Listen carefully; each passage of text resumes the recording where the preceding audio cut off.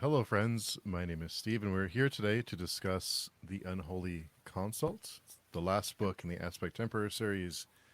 Yes, that's a lot of tabs. You have a lot more tabs than I do, Katarina, in your Well, book. I don't have any notes, so Oh, this will have to do. nice.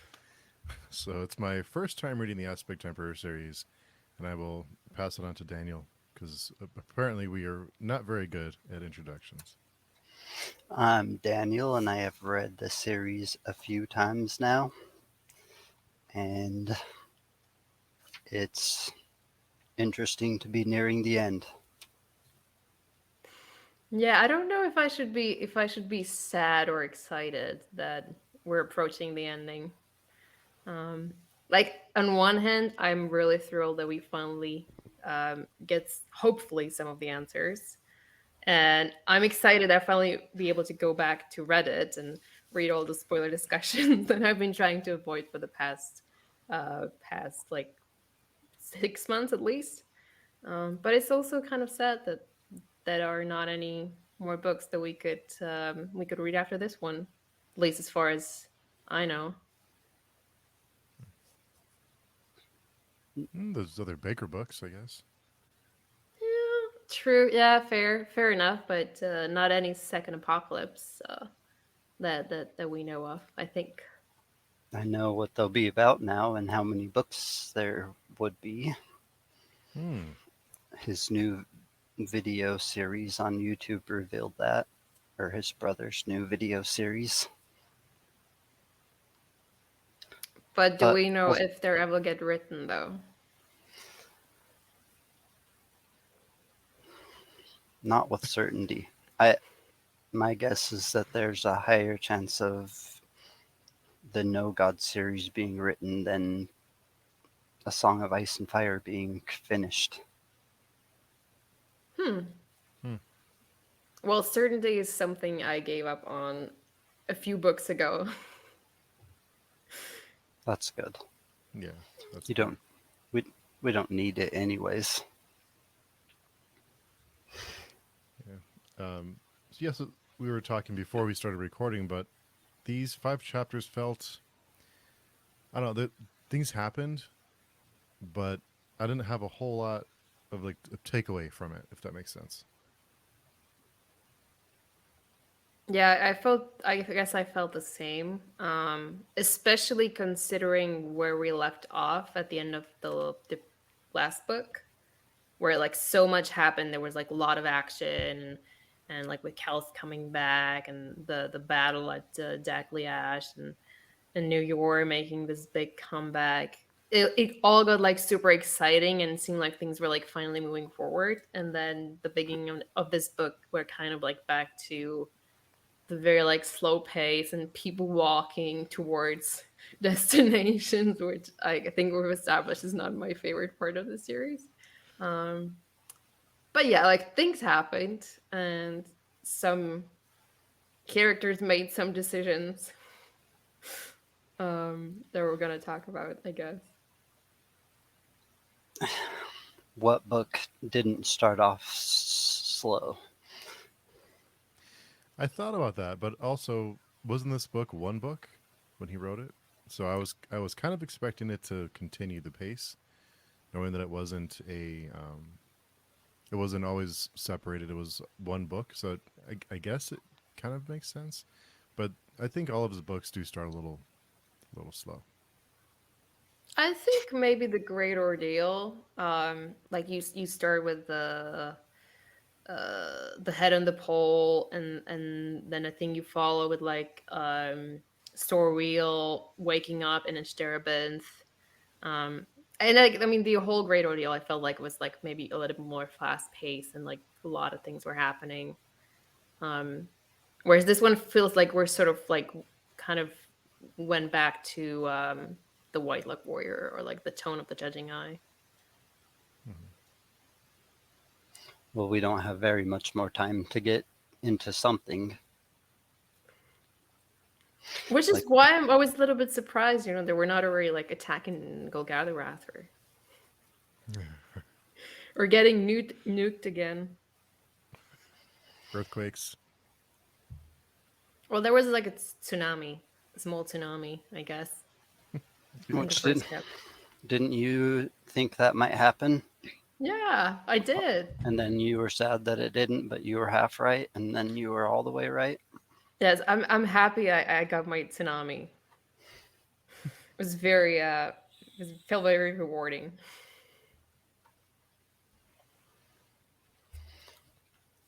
What do you guys think about the whole Kelmomus and Kellis and Esmnet?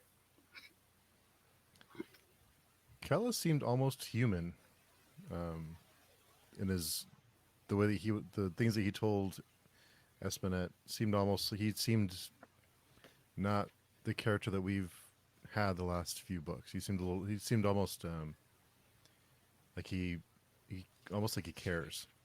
I guess like he cares for them, or he's trying to. He's not. He has his motivations have changed somehow.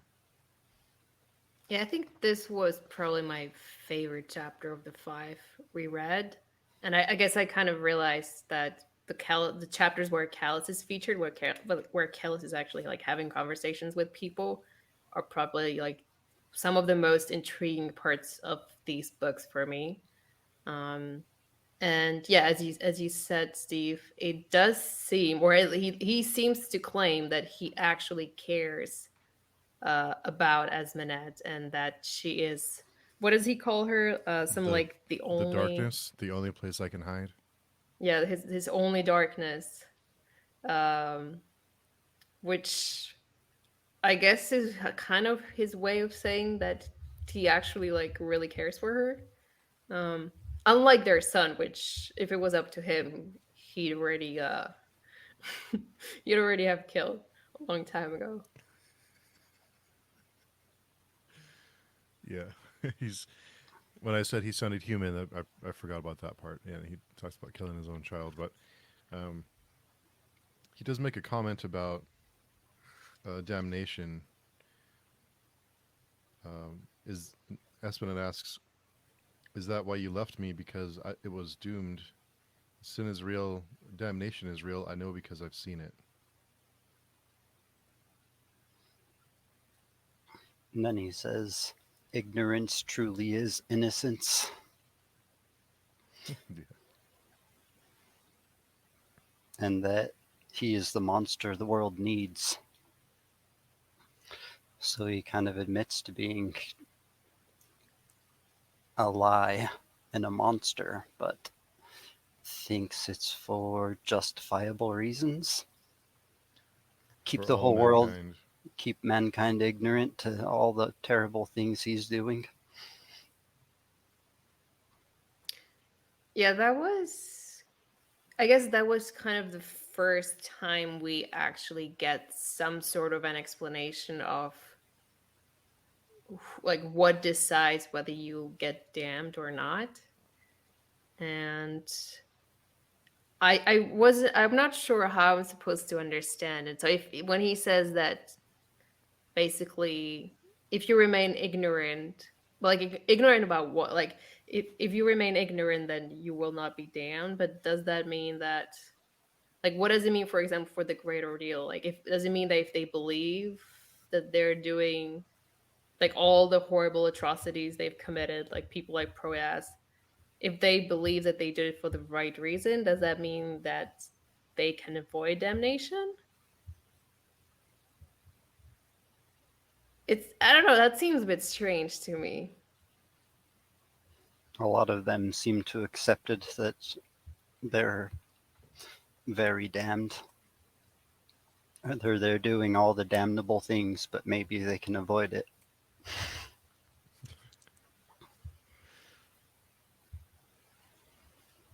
Yeah, so I mean, I'm happy that we got at least a little bit of information, but like by this metric, who actually is saved in this situation? Like, is Esmenet saved because she believed in Achilles? Like, is that enough? Hmm. I don't know. Saraway believes, didn't she? Yeah, she did. She made too much, probably. And where is she? Well, in hell, according to Kellis. And all of this is this is all Kellis talking to Esmnet, right? So, as always with Kellis, it's the truth is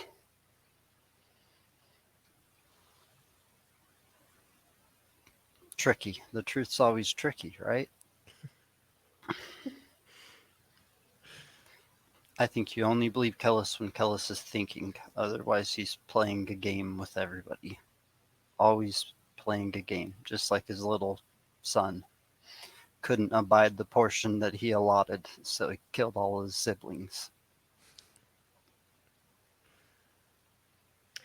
Yeah, I don't have children, so it's hard for me to say. Um, but like, how would you feel when your child was killed or was responsible for the death of your other what two, three children and like your most important allies? Would you forgive them or would you I don't know want to punish them in some way? I mean, also your stepbrother, right? With Mathanet, responsible for Right. that, and then responsible for a lot of other for the whole for this domino effect that's happened with all the actions he's taken. It's yeah, I mean, but I don't know that he thinks of his children as a normal person would. Yeah, I was thinking more about Esmeneth actually, like Oh, because like she's the reason why Kilmomas is allowed to live at this point. yeah, I'm not sure that I don't know if she would. If she had the chance, would she kill Kilomus? I mean, I don't think she would. If she had the chance to stop him, I don't know if she'd be able to. Would most? I guess the Dunyan can, but would most humans be able to do that? I don't know. I mean, that's why I'm asking. Yeah. But He it ha- just he seems like maybe a bit too dangerous to keep around. Yeah. what about in Ralitas?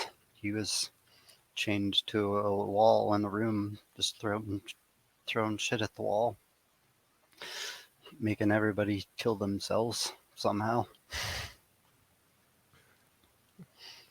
But she kept him. I guess that reminds me of the what I forgot how many of the drowned babies, the wine drowned babies. There's quite a few. There was like a dozen, right? That something Something like like that. that.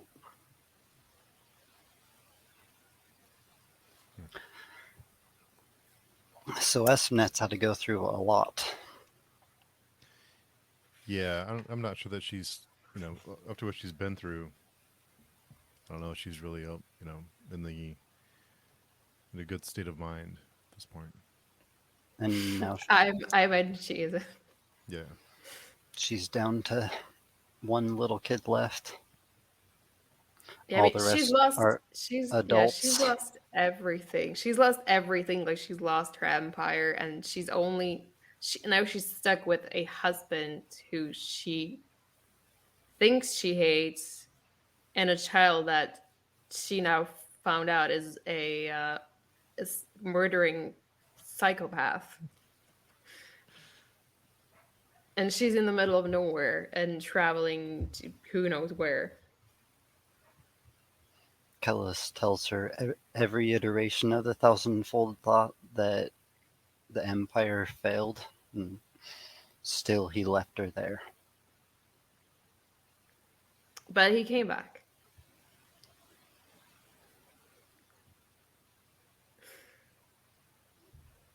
Yeah, but anytime Kellis speaks, it's like for me, you hang on his every word because he reveals something. And in this chapter, like we talked about, he seemed a little more human than before, a little more forthcoming with what his motivations are. So that makes it interesting. Yeah, I mean, I guess I kind of believe that what he's saying is true.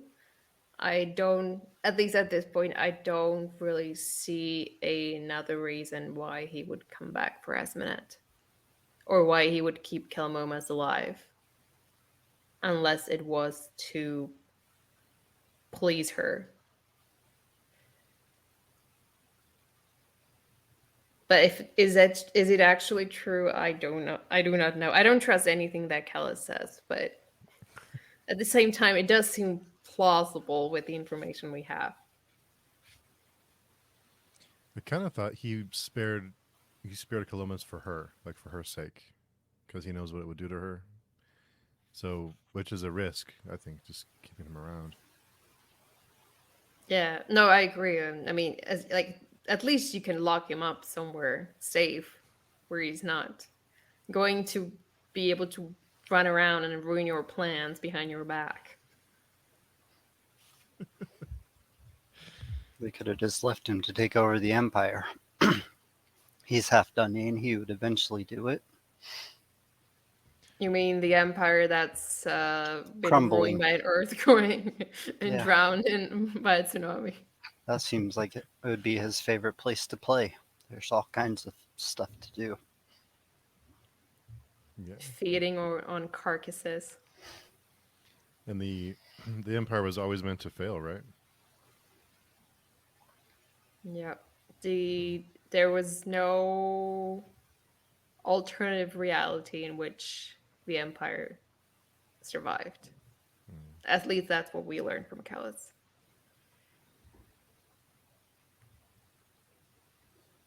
And Malawebi is kind of back, or at least still around, and semi sentient. Swinging from Kellis's hips. Oh yeah, Yeah, it doesn't. I mean, at first it doesn't seem too bad, but somehow I don't know. I feel it's like one of the worst endings that you could have in this series, or not. What you, like you what mean do you? you mean having severed heads hanging from your hip? Is that not so bad? Is that what No, I mean, well, like being a severed head. that does sound pretty bad because you still just kind of hanging out. you just, you know, but who knows what's we don't really know what hell is or what damnation is. So maybe it's not so bad. Well, Um, is he actually in hell? Be where is he is my question, I guess. Because like for at least from like the images that we've gotten about hell so far, it seems like hell is just like constant suffering, whereas Malawebi just seems to be sort of floating around, hmm. but not necessarily in pain. He seems kind of stuck nowhere or everywhere or in between, I guess. They feel like the Satman Nanaferi like cursed him that he was gonna watch the end of the world, or he was gonna watch something happen. I forgot what it was. Yeah, I think she says something like that he will be a witness to everything. Now he's swinging from Kellis's hips, getting poked by a stick because Kelmomus is bored.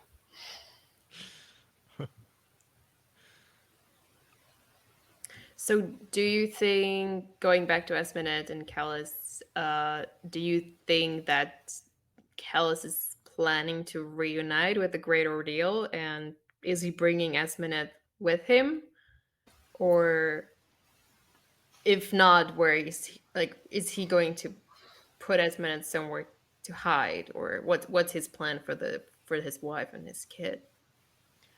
Well, based on chapter 5, I think the greater deal is like, I don't know that he's wants to go back there. That's really his plan. I think he's on his own path now. It doesn't include the greater deal anymore. But I don't know. I'm not sure what his plans are with Esminet. It's strange. Yeah, I mean, this seems like she would more than anything she would be a burden for him or really anyone because like she can't really fight. Um, and what can she do? It's not- you know, like I mean, not like obviously she has skills, but the skills are not really useful in the situation they find themselves in. I think. Yeah, I'd agree. I think yeah, doesn't have. I mean, in this situation, the end of the world, she doesn't. I mean, what does she have to offer really? But I think he from from what we've gathered, I know that the Dunyan are incapable of loving, or we're told they were, but I think Callus loves Espenet, and that's why he's doing this. Like you mentioned, that she's his darkness. So He, poetic. yes, yeah. Daniel's just being really Well, quiet. I guess we can move on to Sorwheel and Serwa. Is her name Serwa? No. Now that Serwa showed up again, I'm so confused about which one is which. Yeah, Serwa. I think it's Serwa. yeah, Serva, the kid, right? Yeah, the daughter. Yeah, Yeah, the daughter. I really don't like Sorwheel. I don't know. I know he's your favorite, but That's okay. yeah, I don't know. I don't know. But maybe my mind will change as we get closer to the end. But Why don't you like him? Let's hear it. he's just not very interesting to me. I don't know. Um, he just doesn't fit in this. He just seems like he's very easily manipulated. Like he's always changing his mind or changing his affiliations or just his motivations change really easily. I don't know. Maybe it'll come together, but I I'm mean, not that's the biggest fan. interesting because like what you just described is probably like one of the reasons why I really like his character. Yeah, You He know, the rem- fact that like, he doesn't really have like I don't know a goal necessarily or like a clear moral system, moral value system. Like he's just sort of floating around trying to find his way through the mess that he finds himself in, and I find that interesting. But like, but I also understand how it could be frustrating for other people to read about. when I read him, he's like a typical fantasy like hero trapped in a world that like doesn't allot for the typical fantasy hero, if that makes sense. He's the dumb little kid like on a Destiny to like do something cool that you read about in every other book, but since he's in the 3 Cs, it's just not the right place for a little hero like that.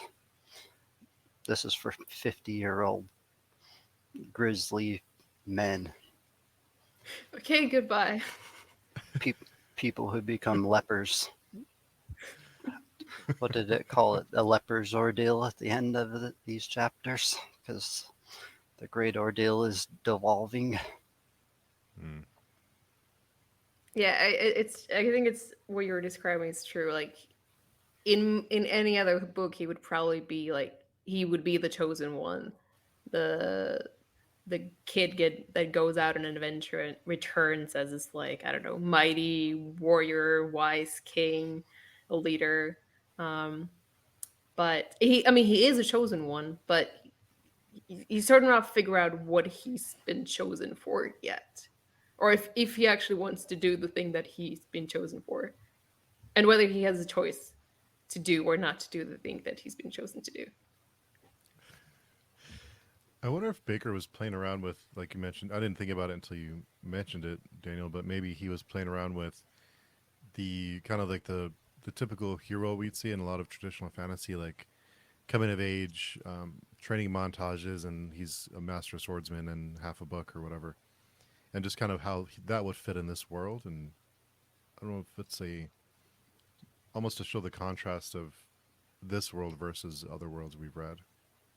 If you reflect back on almost any character and just compare them to someone from another book, like compare Nair to Conan and Mm.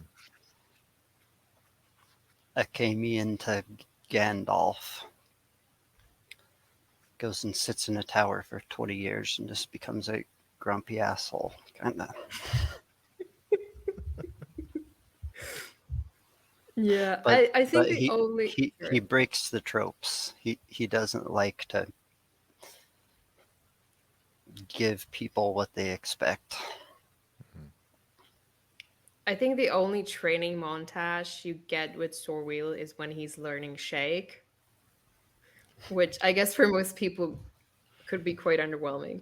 I actually enjoyed it. But it's not as or learning languages is not as cool as learning how to fight with a sword. I guess for most people.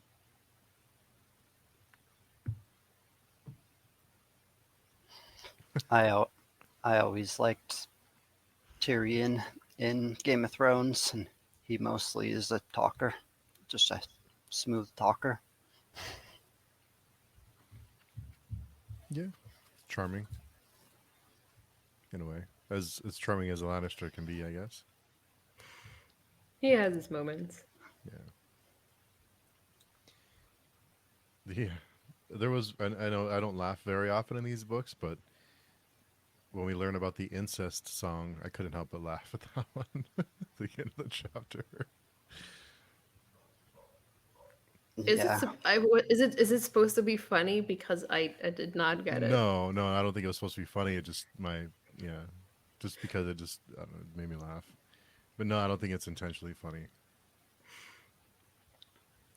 I didn't get it, so I didn't laugh. But I'm happy you find something amusing in this chapter. You have to find humor where you know wherever you can get it. really makes me wonder just how terrible and gross the non-men have become after 2,000 years of just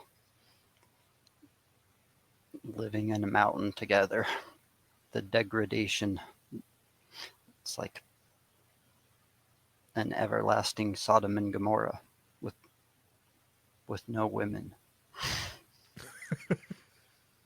It's crazy. The I king don't was see like what's wrong with it. squishing slave fat all over himself. Yeah, that was a little bit disgusting. Hmm. It appeared like they all had lovers that were all varying amounts of crazy. Well, for once, I was quite happy that we got a point of view from Moangus Hmm. because he's not necessarily someone that we learned much about until now, and I don't know. Like I am kind of interested to see like what kind of a person he is, considering that he is son of Naor and Serway, but he also grew up with the Enesrimber, and I was curious to know like how he like what he thinks about his siblings and his parents and etc. But the main thing I got from this chapter is that he really has been broken by the non-men Yeah. Yep, he's in the both the sorrel. physical and the mental kind of way. He's the sorrel of this trip under the mountain. He came out the weeper, and there's no weepers on the slog, and now even the great ordeal is the slog of slogs. Yeah, I noticed. Yeah. Yeah. Yeah, I think anyone but the Dunyan would be broken by that experience. I think what they did to him. Yeah, I think even Serwa seemed like she was like almost starting to lose it at towards the end of the previous book. Um, but she is Danyan, so it seems like at the end of the day, like she made it out okay, but Moangas did not. No. And then they get attacked by some Sylvandi.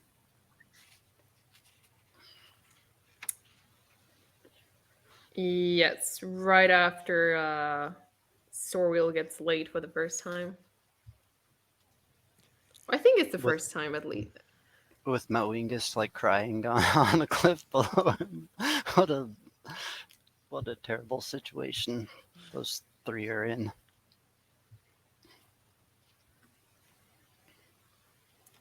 I don't really understand Serwa's state of mind when she decided that uh, that's what she wanted to do. Like Sorwheel, like he's a horny teenager. I get it. Serwa, I kind of thought more of her. I guess. I forgot what she said about his face. She said something weird about his face. Hmm. I think she said something along the lines of he looked divine, or his face was there was something divine in his face. And now, does that mean that she sees the god? Or that she like is feeling a feeling she's never felt before, which is like lust or love or something. Hmm. Or it's the god and she's mistaking it for that because she doesn't know what it is. I don't know. Is like, do we even know if the goddess is still present? There was a stork flying above when they were making love, and he Oh. was like, "Oh man, that sucks." She's watching. Hmm. Um, yeah, I don't know. I don't know. I was kind of confused by that. It wasn't clear to me whether, um, like whether he like the like I mean I guess he lusts after Serwa, but does he actually love her, or like is it just like is the mud that they put on his face like does that is that still there? But like also his face kind of got ripped away, so is what Serwa's seeing like what he was actually like in his face, or is she still seeing the sort of the mask that Yacht were put on his face? She says, "How could you still love me?" But now we know Sorbo kind of does love her, so we don't know if he's seeing the truth or it's being hidden anymore. Hmm. It doesn't seem like he probably doesn't even know himself. I mean that would be very Sorwellian. So really, Poor little kid. yeah. I don't think Servo would be. I don't think Servo would be interested in him, if not for other things happening. That's so mean to say about. She's done Yane. She's well half, but I don't think she's capable of. Well, I think it would take a lot more for her to be attracted to someone like Sorwheel. I'm sorry. I know he's your favorite. I'm sorry. It's just they're not exactly the most compassionate or um, loving people. No, I mean Her I get what you're saying. her lack of care for Moingus really seemed to break him more than most of the stuff down there. Hmm. Yeah, and the fact that she like right away swaps him for a Sorwheel, it's also doesn't help. I imagine.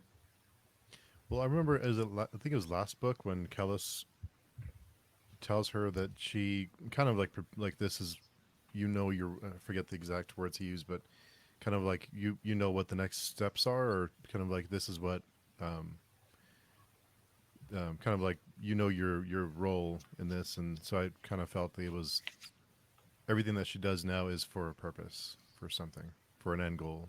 So I don't think she Yeah. would be spending. I don't think she would be around, or I don't see around, but she wouldn't be around Sorwheel at this point with if he didn't serve some kind of purpose for them. He was didn't play a role, or they didn't want to use him in some way.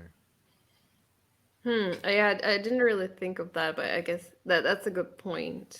Well, I mean, that's the question, right? Like, is she keeping him around because she like has something that she needs him for, or is has she somehow become obsessed with him since the whatever happened in the Sheriffans?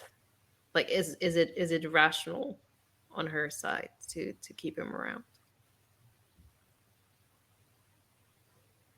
She didn't expect there to be like a civil war under the mountain while they were there, and it happened. Hmm. And I think it was kind of his doing, even though he lied to her about why Oineral took him down there in the first place.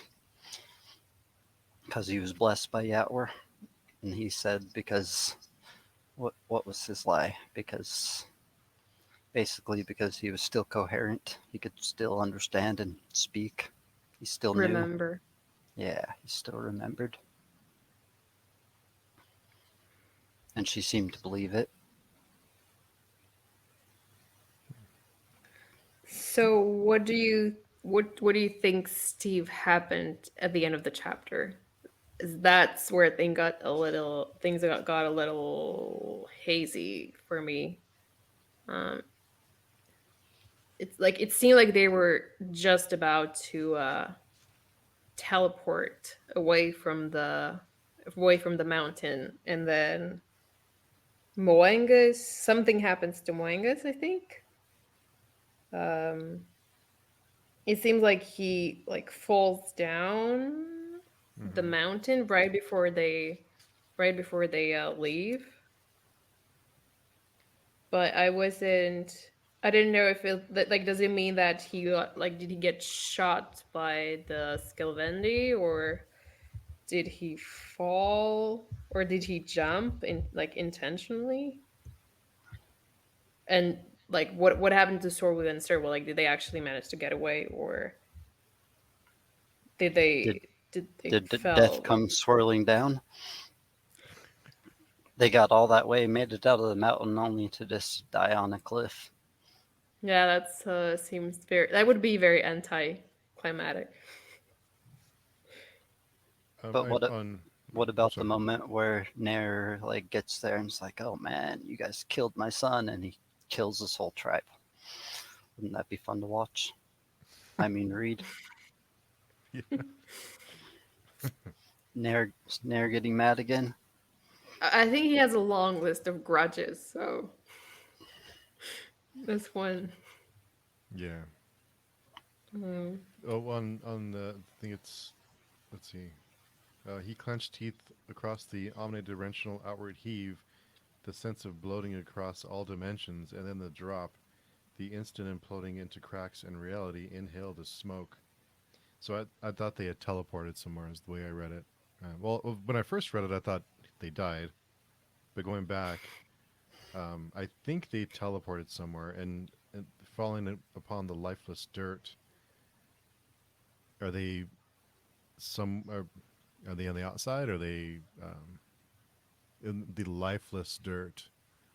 So Oh, where did they I missed go? that. Well, okay, lifeless dirt. That to me would suggest they probably managed to teleport away to the The field fields appalling. appalling. The field appalling, because that's how the field appalling is described, as being lifeless.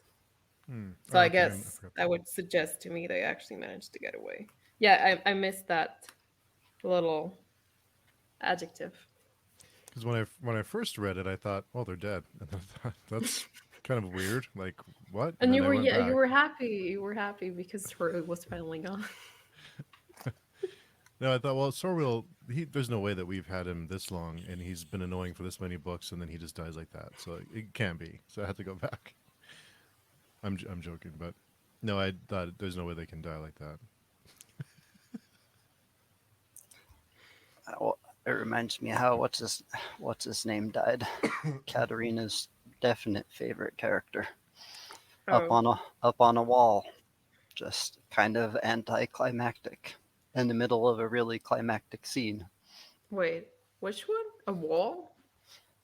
Um, Are you talking about the compass? no, Okay, on a wall. your Ele- your most hated character, oh wait, Saban? Saban. There we go.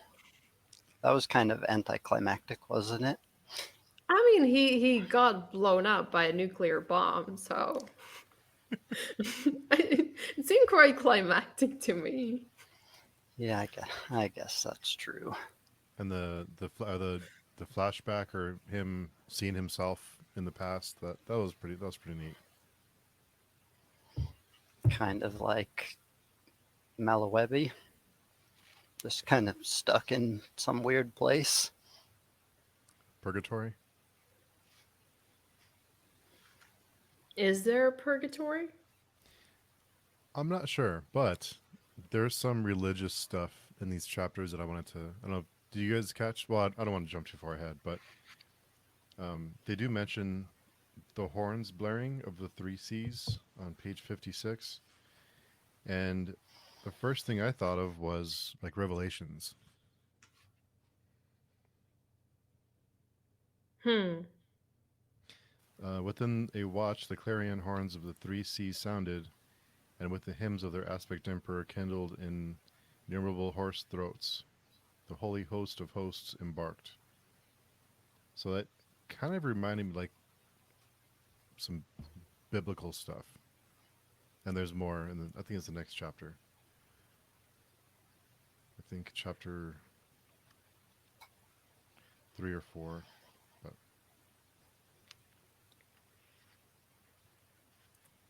I'm very ignorant when it comes to the Bible. So if you can make any connections with the Bible, like I'll be happy to be enlightened.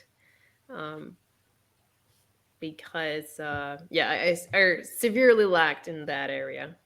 Even though I went to a Catholic high school, you went I'm You're to a pretty Catholic high school, and you didn't n- rate. Okay, so okay, not go ahead. it wasn't my choice, okay, but Well, no, I don't mean like that. I just mean, go to page 72 if we have the same copy, and in the middle of the page, just tell me if those that text oh, in okay, but italics if yeah, that rings a bell. no, that does sound familiar. That's sort of a yeah, it does look like a riff on one of the prayers that Mm. you May your say in bread church. silence our daily hunger. Yeah, May the meat silence our daily hunger. Now they're all realizing that they're all made of meat. Uh oh. Yeah, the one I found interesting is the line that comes right after, which is the judge us not by our trespasses, but according to our temptations. hmm Which I'm not entirely sure how it goes in like our world, but I don't think that's no, the what it. words are in different order, but they're almost identical, right? What is it? Uh, Judge us not by our temptations, or shit. And now I'm getting it confused. Judge us not by our sins. I don't Uh, remember either. yeah, I'd have to look it up. I can't believe I have to look this up. It's been a while. Okay, no, so now we like all embarrassed ourselves, so I guess we can go back to the field of Pauling. Yeah, sorry about that. No, So no, yeah, no. yeah. It's good. I mean, I imagine there are like a lot more references that I'm just not picking up on. Most of these quotes are refashioned like old philosophy quotes, kind of. And since R. Scott Baker's good with words, he's good at refashioning old ideas or old quotes into sometimes better quotes.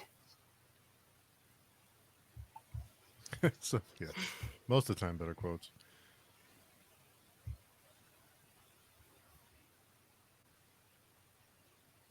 Okay, I found it.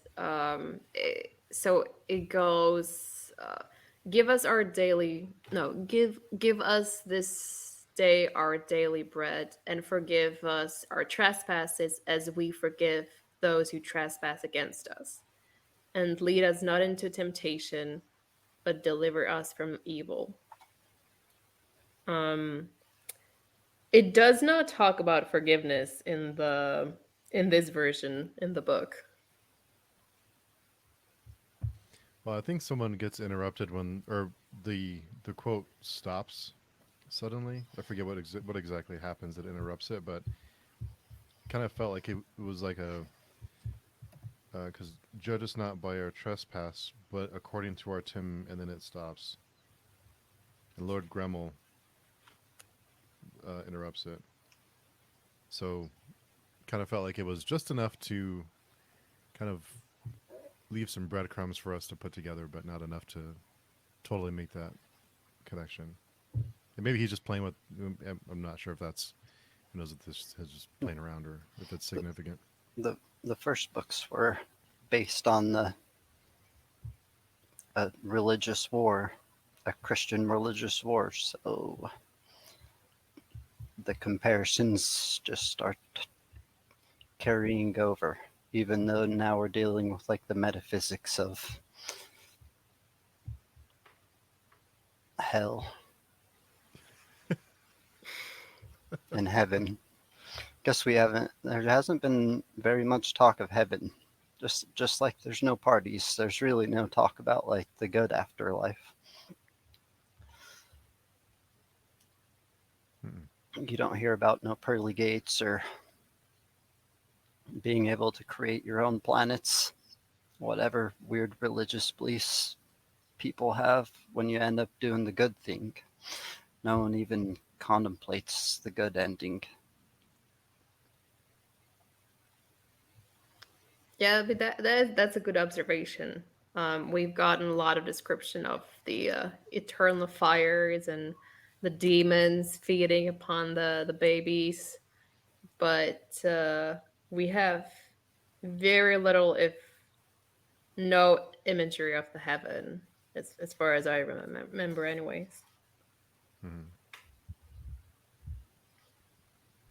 A lot of talk of damnation, but no talk of salvation,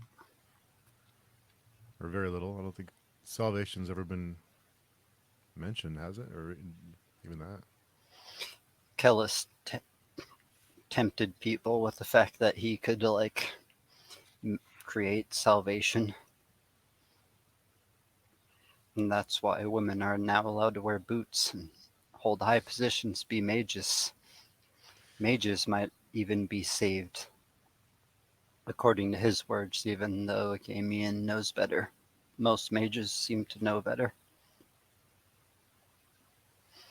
While also Maimara thinks that, or she saw with the judging eye that she is saved. Well, that reminds me, you guys were mentioning how Kellis is taking Esmnet all the way up to the Golgotha now, and on the other side of the world, Akamian has his pregnant daughter, and basically another useless person carrying her all the way to the other side of the world. I forgot what Nair said, but he said something bad, and Akamian was still thinking about it in these chapters about bringing his woman all the way to Oh yeah. the worst place in the world. But there is something that Maimara has that Asmina doesn't, which is the judging eye. That's true. Um, and I think they want to use her to find out whether Callus is the good guy or the bad guy, right? So I mean, like, yeah, like I get it. Like there is a sort of parallel between the two. Um, but in some ways, it seems like Maimara is like one of the most powerful people. Can you guys Um, think of any reason why a Dunyan would want to bring Esnet to the end of the world? Assuming Kellis is not broken and he does not love. That that Well, okay, hypothetical scenario where Callus is Callus is like, I don't know, doing something, and then a Kamian shows up and he's like, "Ooh, evil Callus, I'm going to stop you." And Callus is like, "Oh, just Esminette, stand here in front of me while I'm doing my stuff, because we know that Kamian's not going to hurt you." So maybe she's going to be used as a human shield. That's my So theory. a Kamian's a threat to Kellis? I mean, yeah. he is a powerful sorcerer, Well, I or don't he know. He used to yeah. be. I don't know. He himself is a threat, but maybe him just being there is a potential threat. But if it's just the two of them, I don't think he stands a chance, does he? I mean, Or Maimara. I mean, Maimara is also probably quite powerful since the god is like speaking through her, and she probably wouldn't want Desmonet to get hurt either. that That's the best I got. yeah, I it's was just trying to think like a Dunyan. I hmm. suggesting maybe you guys think like a Dunyan. We remember when Proteus got violated, wondering maybe what the reasons could be. Well, it touches on that a little bit. Um, it mentions about the steerman, why he's chosen to be the steerman. But on that quote you mentioned, Daniel, is on the bottom of page 65. Why have you come, Drusicamian? Why have you dragged your bitch across 1,000 screaming, rutting leagues? Tell me what moves a man to cast number sticks across this woman's womb. Yeah, that sounds like Newer. Yeah, it's so funny to me, Katerina, that you love Sorwheel because he's this like I don't want to say innocent, but he's this kind of like semi-normal person in this crazy world, and then but you also love Nair, that's like the exact opposite of he's like the exact opposite of Sorwheel. Don't look for consistency, I guess. That's fair. I don't know. I guess different people, different characters are interesting for different reasons. Do No, you that's do you love Comomus? I find him maybe more interesting now um that he's been outed than before. But yeah, weirdly no. Like you would think I would really like his character, but for whatever reason, I don't find him as interesting as maybe you would expect. it's an interesting point because him sneaking around and doing all these things covertly wasn't as interesting as he is. I agree. I think he's more interesting now because it's almost now he can do what he wants, and we will know his ability. I guess how far can he take this? Whereas before it seemed a little, I don't want to say small scale because it amounted to a lot, but just to kind of see him unhinged, it would be fun to see what he's capable of. Filiopa, I miss. I really like that character, but Yeah, it's like only after she's gone you realize like what a semi-normal person she was, and like what a pretty sad life she'd led. Um, yeah, I miss her too, or at least I feel bad for what happened to her. I really thought she would make it. But maybe all these characters will come back at some point before the end. Just so that they can all die again. Yeah, I thought you said nobody makes it in these books. Well, that's why So if they are in some kind of purgatory already, then maybe they're maybe it's another level of purgatory, another level of hell that they're traveling through, and maybe they'll come back and say hello for the for the finale and have some kind of role to play. I don't know. At this point, I have no Your idea. reunion episode. Yeah, But I mean, it's interesting you say that because I noticed in both of the Proyas chapters there is a sort of a mention, or the way that the Proyas is referred to. It's like there's this they talk about like someone writing about what like Proyas, like the decision that Proyas made on like that day, or on that, I don't know what, I don't remember which exact part of the chapter it was. um and there's another suggestion that like someone wrote, or like things happen after like this expedition is over. um Mm. I'll see if I can find the exact quote. I The remember ex reading that recently. it's like the expectation that it'll be written about because all the stuff from the first Holy War is all like scripture now. Mm. There was a part where he was like, first he gets caught like looking in the fire when he's not supposed to, and then there's a time where he's wondering if he's not even real, if he's just like looking in a fire at someone else's life, or he has been the whole time. Hmm. Is this the Matrix? That's his. Is this the Matrix moment? At this point, it's like I have no idea. Anything is possible. So yeah. So if somebody is writing about his decisions, maybe everyone doesn't die. It's There kind of has disappointing. there hasn't been any appendix of the Great Ordeal like we had Drusus Acamian writing about the First Holy War, like throughout the book. So we knew the First Holy War was gonna, like, people were gonna live, at least Acamian, because he was writing about it. There has been no writing post Great Ordeal. Yeah, but there was a suggestion that there would be, but I Mm. can't find it. I was sure I tapped it, but apparently I didn't. As I was making my notes for this discussion, I remember looking. I remember seeing it. I just didn't tab it for some dumb reason. Oh yeah, no, okay, I did find one of them. Oh, okay. Um, it says about Proyas. Some witnesses report that he paused to survey the shock these words occasioned in the lords of the ordeal. Others claim that he paused not at all, that it only seemed such for the shadow of a cloud that encompassed the blasted plains. And a handful would claim to have seen a halo about his wild, catchy black mane.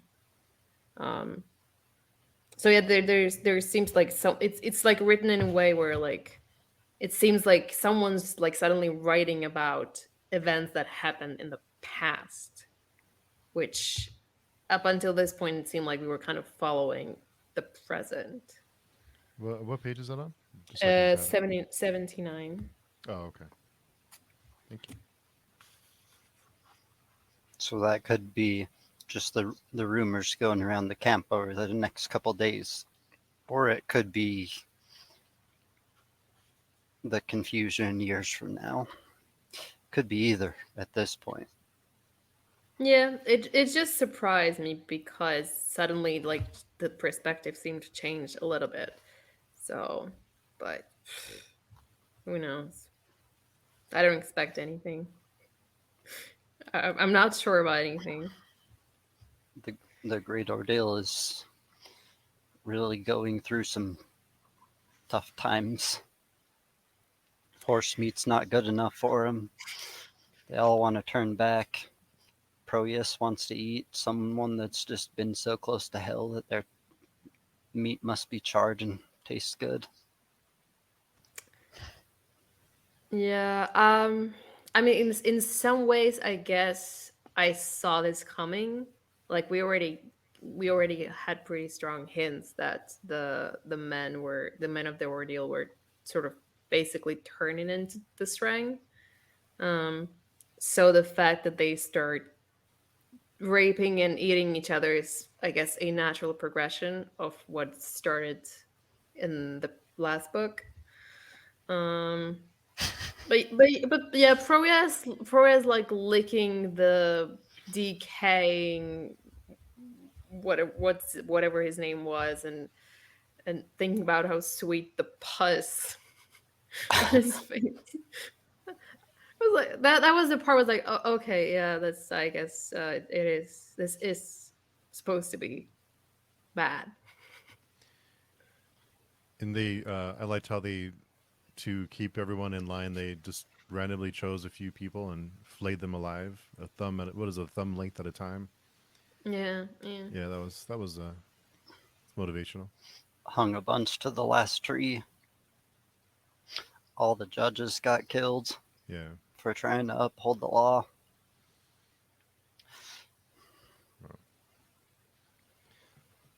There was something on page 75. His steerman had to be an unbeliever. The exalt general wept for this realization. This was conditioned ground. His Lord was here in him.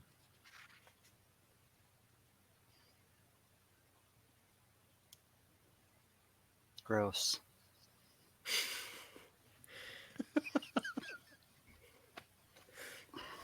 I mean, I guess this is the answer to why Kellis had to go through everything that, not Kellis. Okay.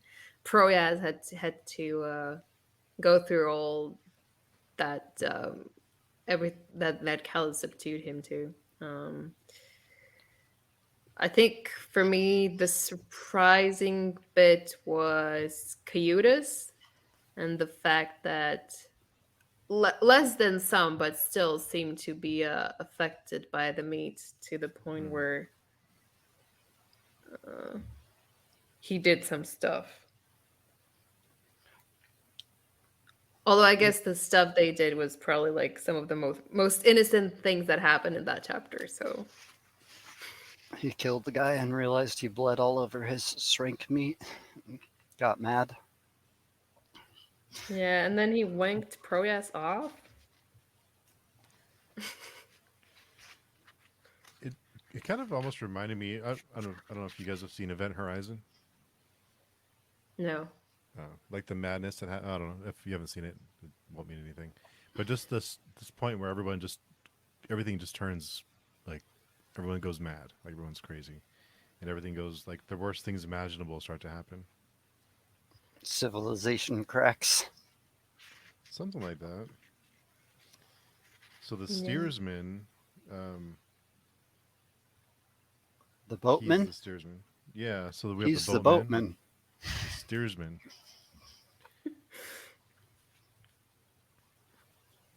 I mean, yeah, that's, I didn't think of it, but that's I guess it's a good parallel also He, with he has to feed him. That's his whole goal, is to just get pits of meat somehow.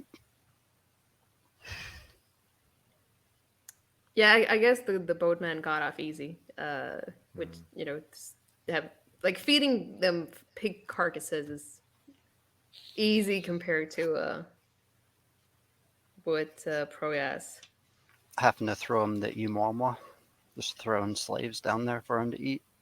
That would be comparable.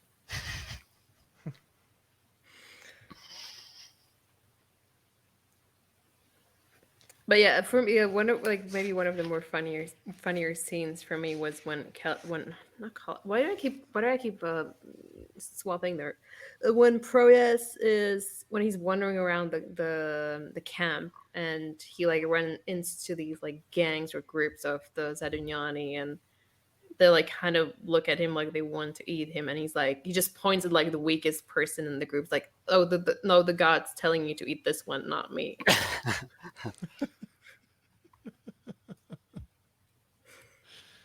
That was like what it was. I mean, it was kind of like, bizarre and crazy, and but also just funny. And you thought I was being weird. He just dispensated murder and you laughed about it. But he didn't die. He just didn't want to die. Yeah. They're all But doing the worst things you can do. Makes the Holy War kind of look docile. Yeah. I was thinking about that because um we know that also the Holy War, like when they got trapped in Karaskan, they also had to resort to cannibalism, but it seemed, I don't know, more like justified than than here, or it didn't seem as bad in that book as it seems in this book. It wasn't like running rampant. This time they had a bunch of judges come try to control it, and they were the ones who got the most eaten at first. Now all the At rest of first. them are hiding. So now The so- Proeas has a horde. Yeah, it yeah, I was there was one, like there was just like a second where I got confused for and and it was like where did the horde come from suddenly, and then I realized that the ordeal has become the horde. Yeah.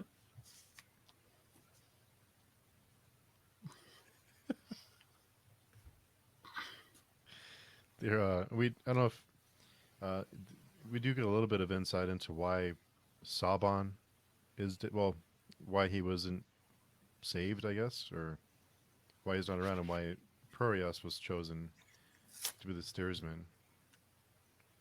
Um, I thought that was kind of neat. I thought you might get some satisfaction out of that, Katerina. Uh, I mean, since Sabon is in hell, I've been quite happy.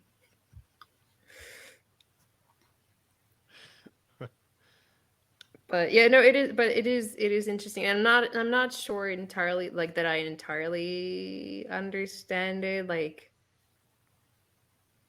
I get that Pro S is maybe like one of the more broken people, but then I mean everyone in the ordeal, in like the lords, the Cayutas, they all seem kind of out of their mind, and like especially Cayutas, I would think that he is someone, like, even though he has been affected by the meat, by eating the meat, like he still seems to like keep his wits together. So why not just leave the leadership to Cayutas? Why do you like? Well, I think he mentioned this was conditioned ground. Callus had chosen him because, unlike Saban, he possessed a conviction that could be obliterated. Um, and Cayutis, his son, Dunyain, was simply too strong to be weak, to succumb to the way the shortest path demanded. Too strong to be weak? I Yeah. Please explain, someone. So the way that I might be way off. Daniel can probably help both of us, but the way that I see it was because he could break Proeas, and that's probably why he did the things he did to him, because um, he was easier to manipulate and um, to mold or to use. And Coyotes would, I don't know if he would push back, but he would question things that Kellis may not want to be questioned. Maybe, I don't know. In a nutshell, Daniel, are we on the right track here, or way off? Or that do we not? Are we not supposed to know yet? that could be part of it. Could be that the things that need to be done to achieve the final leg of the march, for some reason, a Dunyan is less capable of doing. Giving them the meat. Maybe it all has to do with ignorance and how ignorance is salvation. I don't know. I guess I would just imagine if that's the rational thing to do, then Cayuta shouldn't have a problem with his men turning into cannibals. Or if it was anyone else in charge, like any other men, they all seem very keen to eat each other. So I don't see them, I don't see them struggling with giving that command. Um, but I guess there is a reason that I'm not understanding yet. Or I guess Proteus would be, I don't want to say a good soldier, but someone who would just follow direction and know. And it seems like Proteus knows it. It's almost, I got the impression that Proteus knows that this is a one-way trip, and they're almost being. It's almost like um, they won't survive this, but he's going to do it anyway, like because he was told, because Callus told him this is what would happen. So would Coyotes or Saban have done the same? hmm. Probably not. Saban probably wouldn't have. Well, no, Definitely not no, Saban. no. He was too self. He The too ro- much self importance. Yeah. he wants the rewards, and if the rewards are a one-way trip, then that's not a reward. So you think the rational thing to do at this point would be to just walk away from the army and try to save yourself? Well, I don't. You might want to run or leave in like pitch black darkness and hope you don't get caught. But Back to Dagliash for the meat. yeah, I That's mean, where Steve would go. but where do you go? You won't survive. And then there's not a lot of food left, right? There's no Shrank to eat. You don't have anyone else to kill to eat if you live by yourself. So Sorry. can you turn back? I mean, can you leave if you wanted to? Unless you go with the group and they eat each other. I mean, there's no food. There's nowhere to. You won't survive. So it's almost like there is no turning back. All those people that got left at Dagliash, they just kept marching towards Golgotha afterwards. They could have turned back. Their hair was falling out, and all kinds of bad stuff was happening. And now everyone in the Great Ordeal is like losing their hair and their teeth and their skin's falling off. It's a Hmm. giant leper army. Is is radiation sickness transmittable? I wasn't sure. No, I don't think so. Well, no, it No, is. Yeah, it is actually. I the think you have to be in isolation for a while. the zone, like if a nuclear bomb hits somewhere, the zone of radiation is huge. It's not a Because little zone. It's a miles long zone of people that are in danger. during when Chernobyl happened, didn't some people who had radiation poisoning didn't they were able to spread it? Or I think, or am I misremembering? I thought they had to be in isolation after for a while if they had enough of an exposure to it. Then it's radiating off of them. They have the radiation in them that can poison other people. Yeah, it's awful, awful stuff. So it wouldn't be like coughing and transmitting it. It would be just like if something touches radiation, they have to dispose of it because it's got like a high level of radiation forever. And if you touch it, then you have radiation on you. So if people get a bunch in them, then you touch them, their sweat is Hmm. like Poison. acid water, acid Yeah, sweat. I guess it makes sense. I think if I remember correctly, even like here, I think around like when Chernobyl blew up, like people were advised like not to eat like mushrooms or like wild animals because potentially the radiation like would maybe get into the soil and then into the animals or mushrooms and stuff. People in America, we would be trying to eat it. We've watched too many superhero shows. Might be a Teenage Mutant Ninja Turtle, might be Spider Man. You Just roll never the know. dice. You Yeah. just got to try to eat it.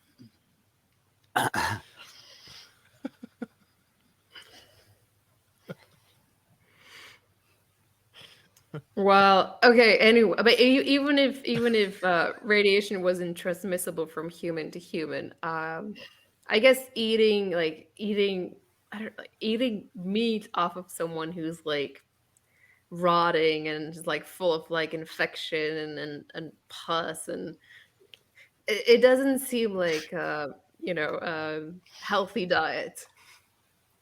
No, no, They not at all. ate the horses, and they were like, "Man, this still tastes like cold. This isn't even real meat. We had to go back for the real meat." Maybe the Shrank are transmitting something to them, like some kind of poisoning or they're Or transforming. resistancy, Yeah. to bad meat. But if they are transforming into Shrank, did Shrank eat themselves? I think sort of like I think they mention in the last book when what In the thousand Sybil. thousand halls, they literally ate themselves. They didn't eat each other. They would like Oh, eat their okay. own arm just so they could eat something. So eating each other is probably just one a step above that. Hmm. Yeah, you're right. And I think they also mentioned that like in when they sort of ride into the horde, they can see that the Strang are sort of eating the corpses of the other Strang. But I guess there wasn't much meat on them anyways. Yummy. Yeah.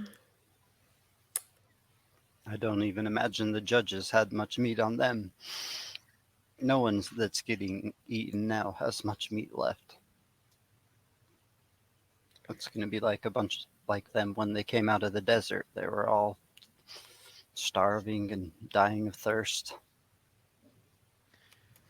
So when we do see, so when as they are getting closer, I wonder if okay, it seems like all these really terrible things are happening to them. They're falling apart and they're going mad. So what what was the purpose then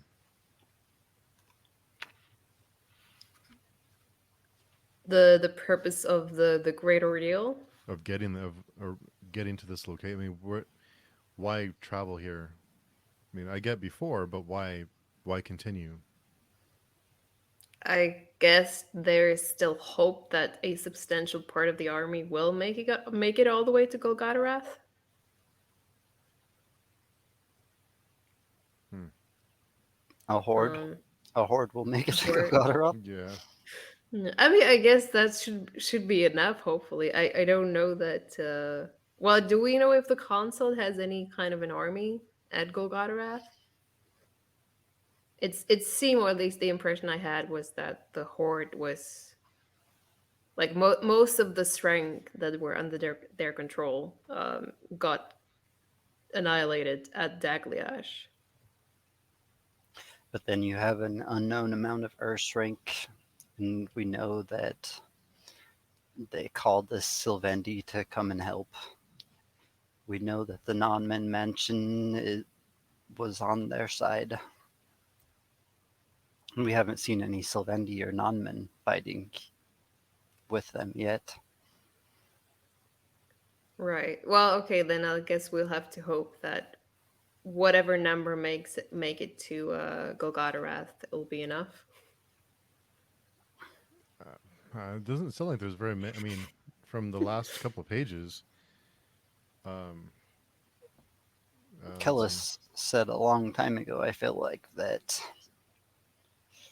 they would have no chance against the No God if the Horde remained as big as it was. Hmm. So the great ordeal was to cull the Horde before the arrival of the No God. What hell hath cooked, he would eat, and even our weeping is broken.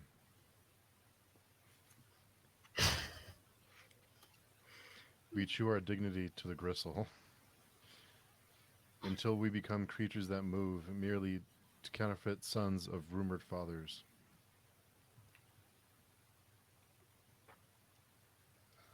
I don't know. Does it sound too good? I don't know.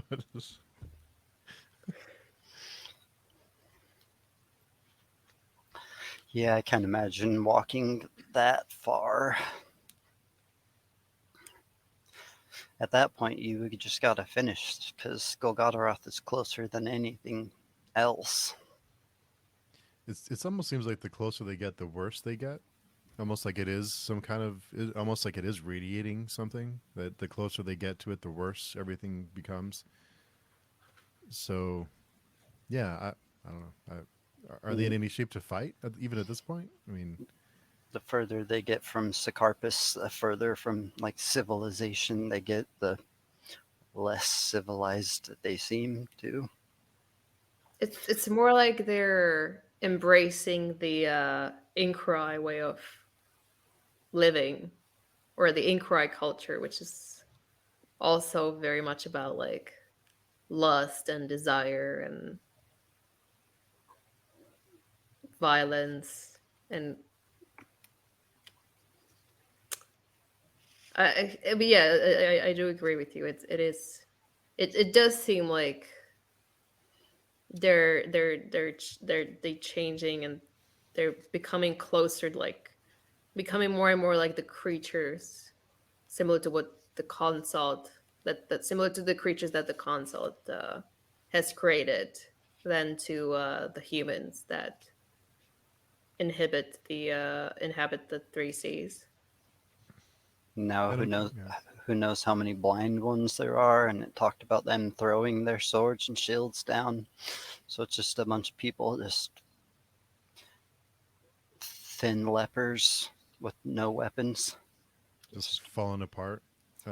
The only thing I mean, I'm sure we'll find out, but the only thing I can see this having any kind of purpose is for a diversion, maybe that Kellis needs to divert attention away from whatever he has planned. But other than that, I mean,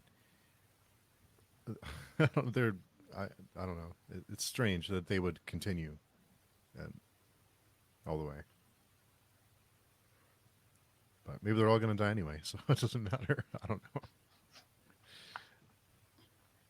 Yeah, I also do get the impression that they eventually, like most of them, will get sacrificed, um, just for Kellis to be able to fulfill some goals of his, whatever they are.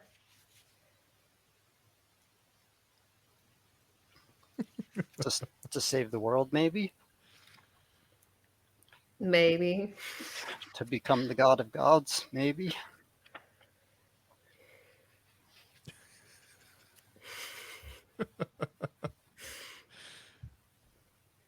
You know when I forget which one of you read that passage about um, Proyas having the halo that it almost looked like a halo above his head.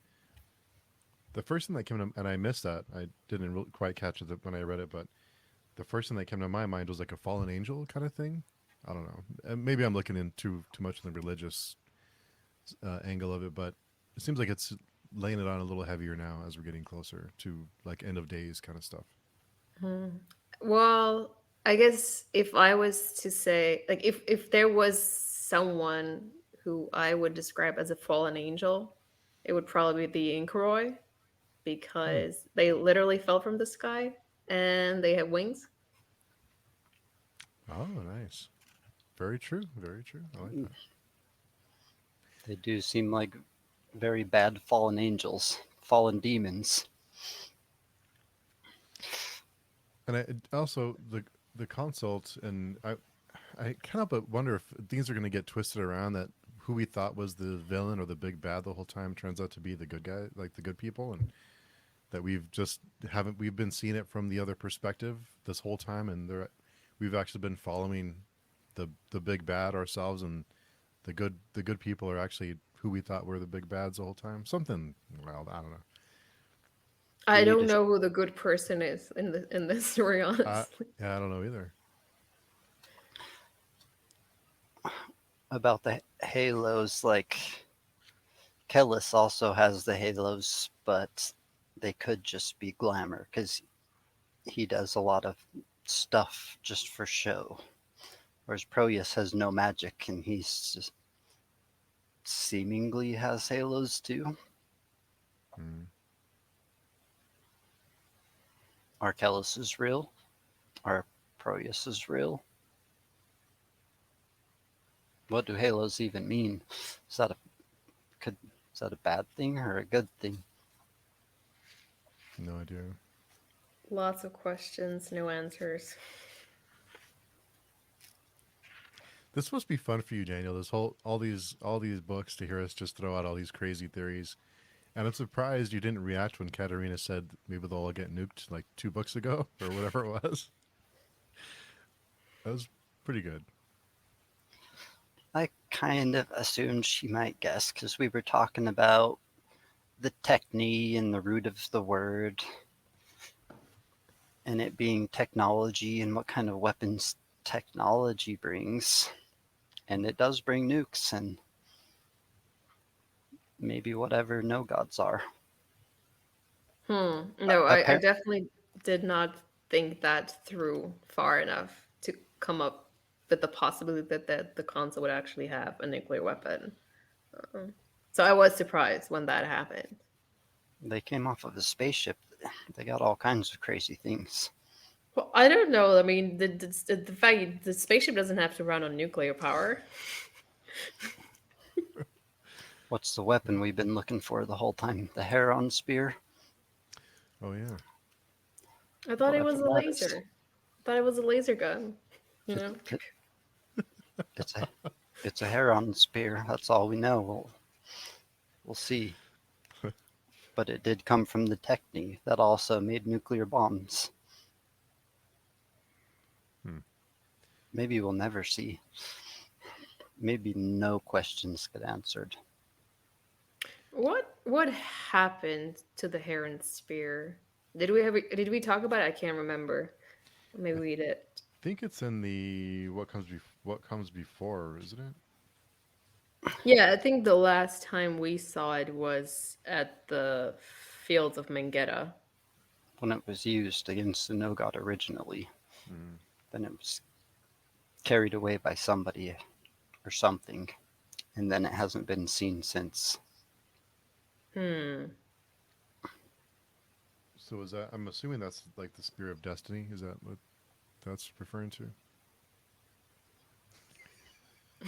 I don't know. It was what was used to kill the no god the first time. Hmm. Well, if it's still around, I guess I would assume it would be like it would be somewhere in the south. And it's the You it's the consult that's looking for it currently, right? are they? I'm not sure.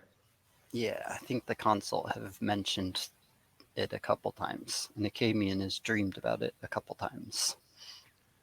So is that what's going to kill Kellis?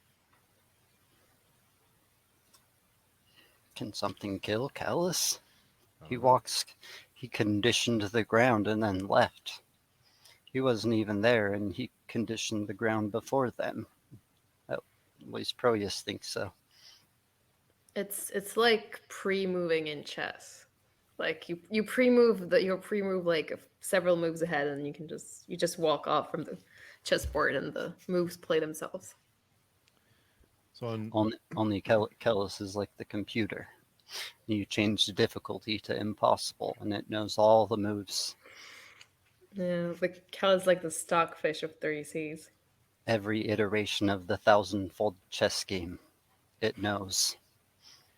so we do know who took the spear. So on page 3, um, Saswatha fled south to the Kitai nations of the Three Seas, bearing the greatest of the legendary Ikure weapons, the Huron spear. But what happened to it afterward? Like we know that he used it Mm-hmm. to kill the no god, but does it say if he hid it somewhere, or was it like Does one time use kind of doesn't weapon? doesn't say. I don't remember what who carried it after that. I'm assuming it's in one of these what comes before, and it's the wording just changes, like he often does, to like hide things or to not reveal too much. Maybe once we get finished with the book, we'll do one more week after we read the appendices. There will be lots of historical revelation in there. Yeah, And I'm there, kind of sad that there is no like Silmarillion. I can't, what's the book called? The this, Silmarillion. So the Oh, Silmarillion proper for this series. Because there, like we get there all these kind like of is. It's called the Atrocity Tales, hmm. okay. and you can find bits and pieces. There's probably maybe 7 or 12 total stories. Maybe. Hmm. I think there was a lot more planned, but that's all of his weird short stories. I I think can there's send you the links and we can read those too. I think there's two of them in my edition of this book.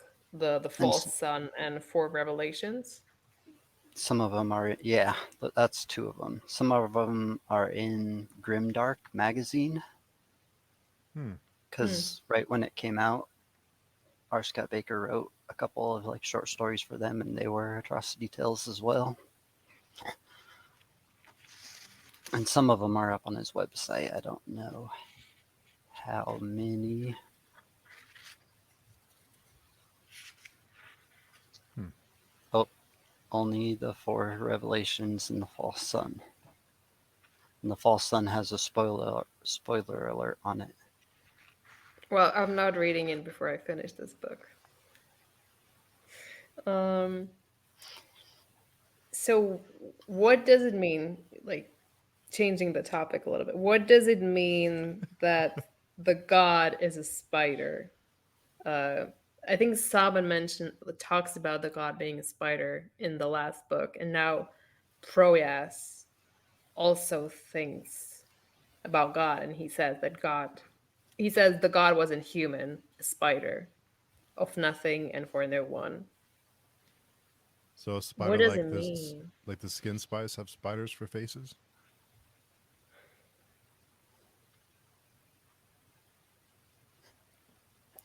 I don't know what it means. It's Damn. talked a lot about God and how like we can't comprehend its thoughts because its thoughts are like nothing like a human's thoughts. Time doesn't occur the same for it, whatever it is. Isn't that what Kellis calls the god? Doesn't he call it it? And he calls himself ground.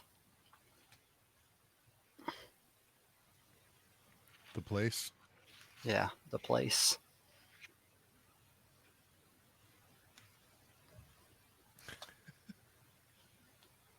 Well, okay. Well, I guess I'll have to wait.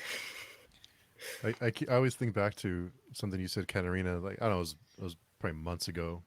Was it the more I read, the less I know, or something like that? It seems to keep it stay true the whole time.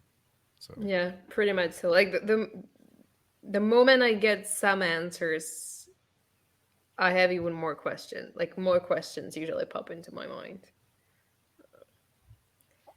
We're really going down like the metaphysical rabbit hole. There was no metaphysics except for magic in the first books. And then all of a sudden there's white luck warriors and there's outsides and demons are feasting on babies and there's heads on poles and heads on hips. heads on hips that are having thoughts.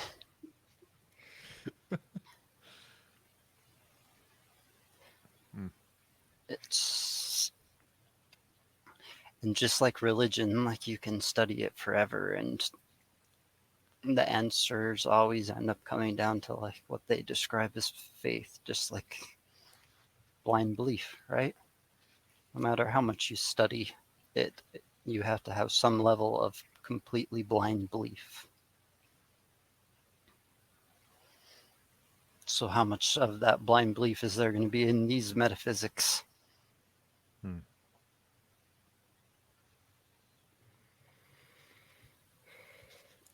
I'm just getting more confused. Honestly. Yeah. Um, Well, we don't have much more. Four yeah, more, 4 more weeks. Mm. Something.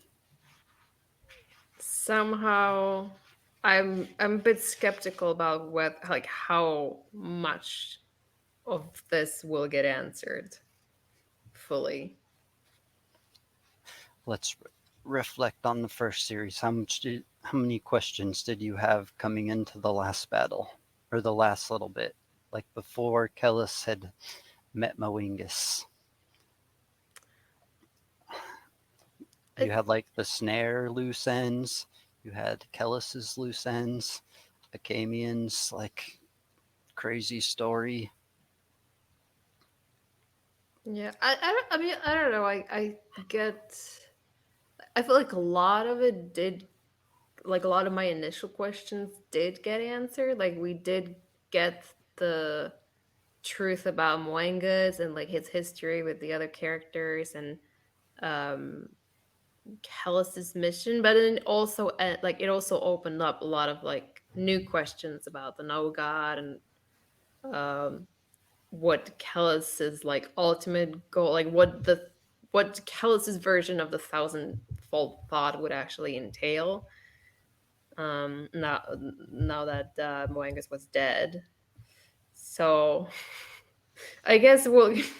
So just like if we use the same, if we apply the same pattern to this series, I guess like a lot of the things that I'm concerned about now will get answered, but then I'll just end up having like lot more questions about things I don't even know about at this point.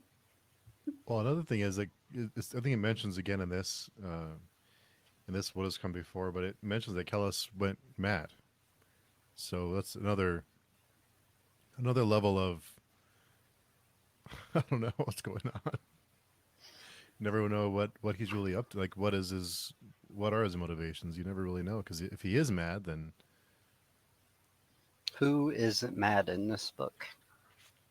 but Kellis, I thought he was always the one person you thought had it together or had a What plan. But if he, he's mad, then he walked to the conditioned ground the most, so he knew the darkness that comes before, and now his wife is his darkness.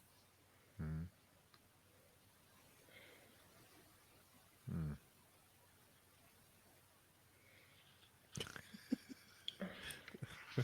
Hmm. Uh, any thoughts on Akamian and Maimoro? Not really, not a whole lot. Yeah, they mostly seem to just walk a lot It was in cool when general. they discovered the horde.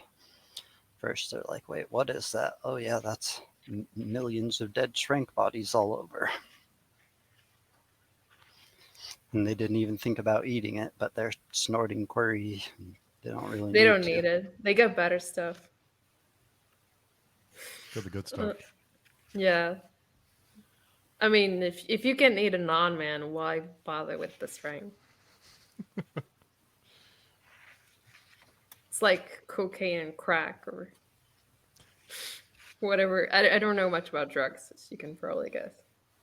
What's that hallucinogen? The natural one. I was saying MSG. The other one, DMT and AMT. DMT. Yeah. AMT lasts like 12 hours and DMT lasts 2 minutes. Oh, that's all. Oh, it's only 2 minutes. The death drug. Huh. Supposedly. Supposedly it only lasts 2 minutes. Anyways, Maimara and Akamian seem to have a vastly different understanding what the end goal of their journey is, I think. Uh, there's like this one point where Akamian starts shouting like that they're marching for the death or something. And like basically like their death, I guess, is the end of their journey. Like I guess he expects to die at Golgotharath and Mara is like, no, like we march for life and for hope. Um, It's the first time I'd seen hope in this book, I think. Hmm. It jumped so off the page. I wonder to what extent it's maybe like Seswatha kind of influencing how Akami's feeling about this leg of the journey, and also Maimara being influenced by the god, or if that's genuinely how they perceive where this journey will lead them to. Akamian's muttering to himself a lot now, not even noticing it. He's becoming a crazier old man. I wonder if he muttered in his castle for 20 years, and he just had no one around to catch himself, so he just never noticed. I would imagine so. I mean, that's what I would do. Like, if no one's around. I mean, I'm already talking to myself when no one's around. So. Even sometimes when there are people around. To be. Yeah, happens. Talking to the critics in your head. Yeah. Mostly like I'm just angry at myself for making stupid decisions. That sounds like a critic in your head. Yeah. Yeah. Yeah. I guess so. Yeah. Um. Well, we talked about it for a lot longer than I thought we would. These were the Yeah. slow chapters, we said. Yeah. There's a lot of meat on these pages. Yeah. And there's I think we spent a lot of time just like throwing these theories out or asking questions or trying to figure out what's happening. So that's probably half the time is us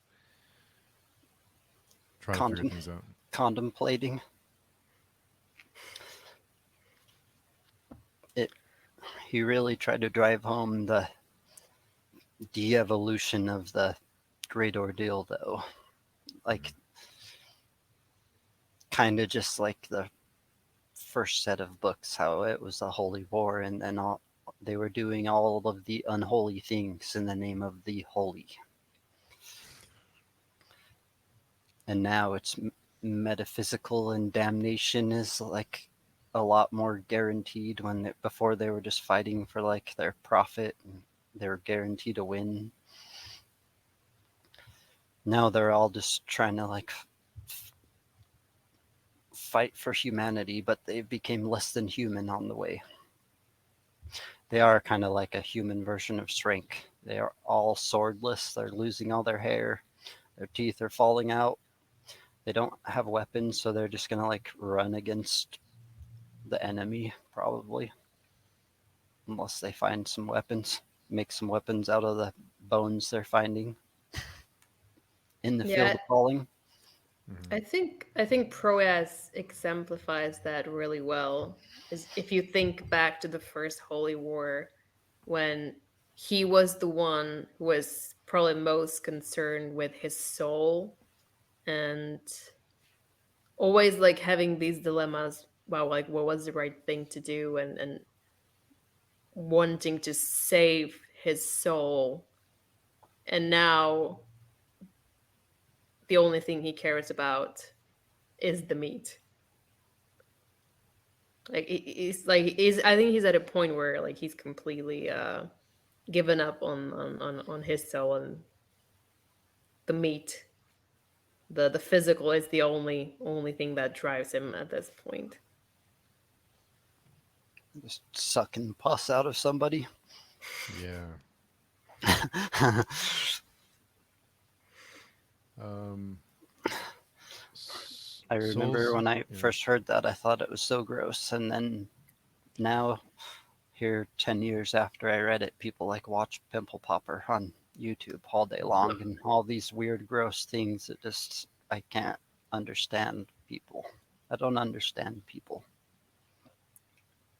Yeah, I cannot watch that. I have my limits. Yeah. I probably would rather watch someone eat a person than watch a massive pimple being popped. Wow. Both would be bad, but Yeah, that'd be bad. I'm definitely more likely to watch like a bad shooting video than a pimple popper video. I think I'll go watch some like kitten videos after we finish this podcast, this Those episode. those are good too.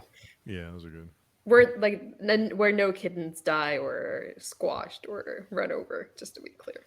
Not Yeah. not from the Nature is Metal Instagram, Hmm. I've not where heard of that one. it's where you get to see nature for what it is, Oh, where they rescue a bunny and save it and then release it, and it gets killed instantly by a giant bird because nature doesn't care. Most of the videos are actually like baby animals because baby animals are the easiest to catch and the weakest. So, of other animals catching baby animals. But it shows you what nature is. You think of a little cute animal when really, like, the birds out there just like pecking the brains out of all the other animals. They're all ruthless.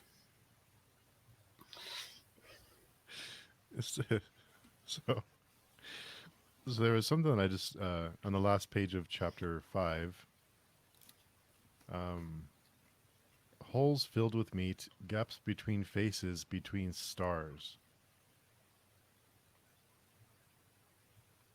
Between stars.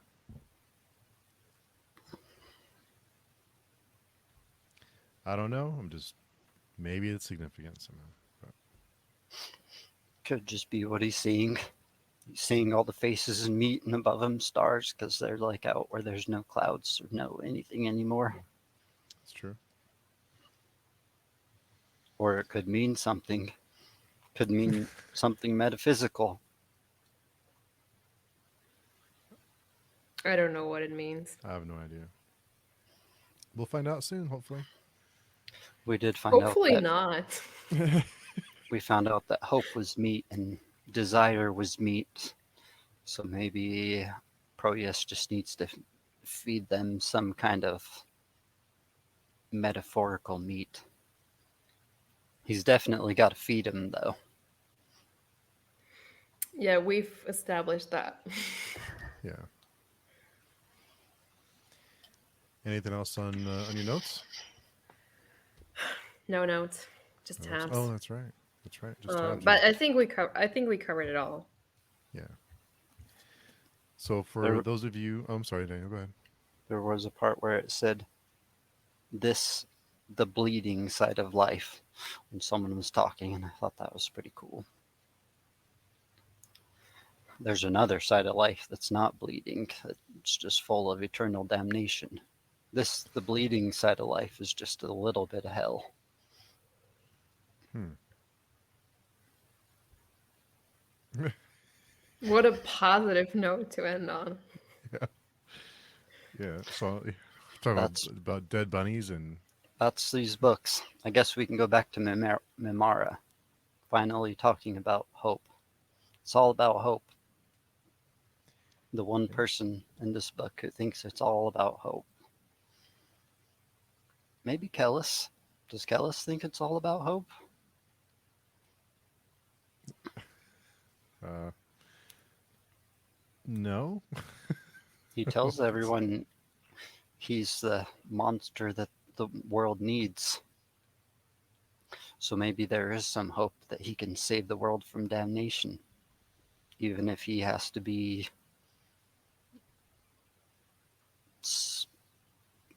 sent to hell for it, even if he has to do all of the hellish things he's done, which has been a lot, right? Kellis has done some pretty bad things. A couple. Yeah. I can think of a couple of bad things he's done. Yeah. Very bad Yeah, things. I wonder in a contest between Nagor and Kellis, which one is the most damn. Um, Nair seems like it's a lot more firsthand when he does things. It's like out of real passion. Kellis is passionless. There but was does a it matter? part where I don't know, maybe, Well, when maybe he talks about damnation, if he says it's ignorance all is about. He says it's all about premeditation. And I guess you can say a lot of things about Kellis, but he definitely Everything. premeditates everything. Whereas Nair doesn't really premeditate anything. He just like bounces from rage to lust to rage to lust, pretty much. Then how come he's the one who's damned? I don't know. I remember a part where he was like in the rain pulling apart a little baby, throwing it at this guy's door. There was that, yeah. Maybe I dreamt that though. Seemed like it was so long ago.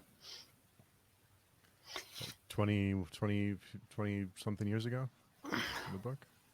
Yeah, I, probably. I do. I'm sure some babies died in the writing of this book or this series. A few. Yeah. So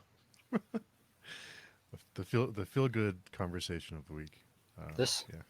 in this book that's considered like a blessing sometimes. They think, oh man, I should have killed my kids because what's going to happen to them is so much worse. Get the red wine ready. Well, on that note, those of you reading along with us, if you're still, if we haven't made you depressed or ruined your day yet, those of you reading along, we will be reading chapters 6 through 10 for next week. So this year, those of you reading along with us, you know kind of what our goal is for next week. If you want to, I think outros are they worse or better than intros? They're I more think irrelevant. basically are not to be found anywhere. Yeah, nowhere. Don't look for us. Or you can go to the page to inform and tag us in or post in the Baker section, and we'll respond there. But thanks everybody. We will we will see everyone next week. Yep, sounds good. See you in the next one.